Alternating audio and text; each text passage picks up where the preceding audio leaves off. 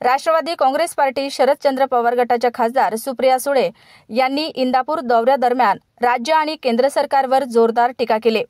राज्यातील लाडकी बहीण योजनेतील भ्रष्टाचार, बोगस मतदार यादी, महिलांवरील अत्याचार, टोल माफी, महागाई ते पंतप्रधानांच्या घोषणा अशा प्रत्येक विषयांवरून सुप्रिया सुळेंनी सरकारवर निशाणा साधला।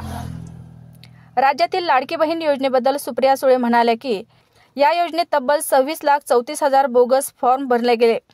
पुण्यासारख्या सक्षम प्रशासन असलेल्या जिल्ह्यात 2 लाख खोटे फॉर्म नोंदवले जाणे म्हणजे भ्रष्टाचार नाही तर काय? हा 4,800 कोटी रुपयांचा घोटाळा आहे। हे पैसे शाळा, रस्ते किंवा कर्जमाफीसाठी उपयोगी पडले असते। चौकशी करून रिपोर्ट काढावा आणि पारदर्शकतेने तपास व्हावा। तसेच राज्याचे उपमुख्यमंत्री अजित पवार यांच्यावर निशाणा साधत योजना बंद केली म्हणून प्रश्न सुटणार नाहीत, सुधारणा केल्या पाहिजेत असंही त्यांनी म्हटलं आहे। मी गेले 1 वर्षभर, तुम्ही सगळे मला नेहमी भेटत असता, मी गेले वर्षाहून जास्त सांगते की महाराष्ट्राची आर्थिक परिस्थिती अडचणीत आहे। एकीकडे लाडकी बहीण योजनेमध्ये 25-26 लाख नावं कमी झालेली आहेत, त्यातली 2 लाख नावं पुण्याची आहेत। मला 2च प्रश्न विचारायचे आहेत या सरकारला की तुम्ही फॉर्म भरूनच कसा घेतला आणि म्हणजे काय निकष लावून भरून घेतला आणि काय निकष लावून तुम्ही कॅन्सल करताय? म्हणजे भरून तर घेतला ना, पुरुषांचे पण भरून घेतले। आता मला सांगा, तुमची सगळ्यांची मुलं किंवा कुठली ना कुठली सुविधा तुम्ही सरकारच्या किंवा ऑनलाईन भरता, त्या ऑनलाईन भरताना ऑटोमॅटिकली फॉर्म रिजेक्ट नाही होत? मग मेल आणि फिमेल मधलं कळलं नाही या सरकारला? कुठलं हे सॉफ्टवेअर काढलंय, कोणी यंत्रणा लावली, याची इन्क्वायरी झाली पाहिजे। आणि मी माननीय मुख्यमंत्र्यांना विनंती करणार आहे की याची इधर सीएजी रिपोर्ट काढा, ह्याच्यावर व्हाईट पेपर काढा आणि याच्यावर पूर्णपणे ह्या स्कीमवर एक मोठी जम्बो इन्क्वायरी लावली गेली पाहिजे। आणि हे महाराष्ट्र सरकारने नाही केलं तर दुर्दैवाने आम्हाला दिल्लीला जावं लागेल। पण तरी माझा विश्वास आहे की महाराष्ट्राचे मुख्यमंत्र्यांनी अँब्युलन्स घोटाळाचं जेव्हा बोललो आम्ही तेव्हा थांबवलं।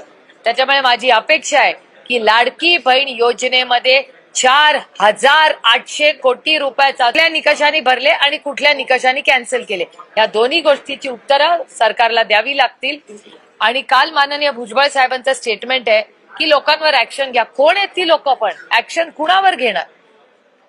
हा एक प्रश्न। आणखीन एक महत्वाचा प्रश्न, सातत्याने हे सरकार म्हणत असतं की जुन्या काळामध्ये लिकेजेस व्हायचं। ठीक आहे, तुम्ही मनमोहन सिंग साहेबांनी डायरेक्ट बेनिफिट ट्रान्सफर डीबीटी आणलं, मग डीबीटी आणल्यावर 0 लिकेज असायला पाहिजे।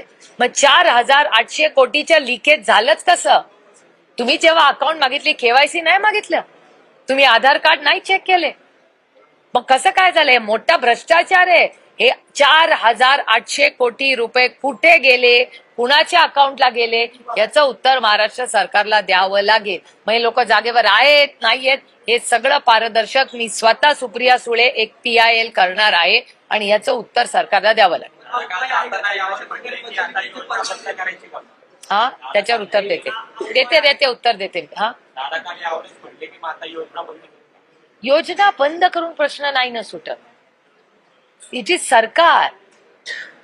सरकार इज अ कंटिन्युअस एफर्ट। म्हणजे कुठलंही सरकार आलं ना, ती कंटिन्युटी असते। म्हणजे आता आम्ही सत्तेमध्ये होतो तेव्हा रस्त्याची कामं, शाळा करत होते, पुढचं पण सरकार येऊन ते कंटिन्युटी करत राहतात लागेल आपल्याला। म्हणून तर ते माय बाप सरकार आहे ना। माय बापनी बंद करून म्हणलं तर कसं चालेल? माय बापांनी सोल्युशन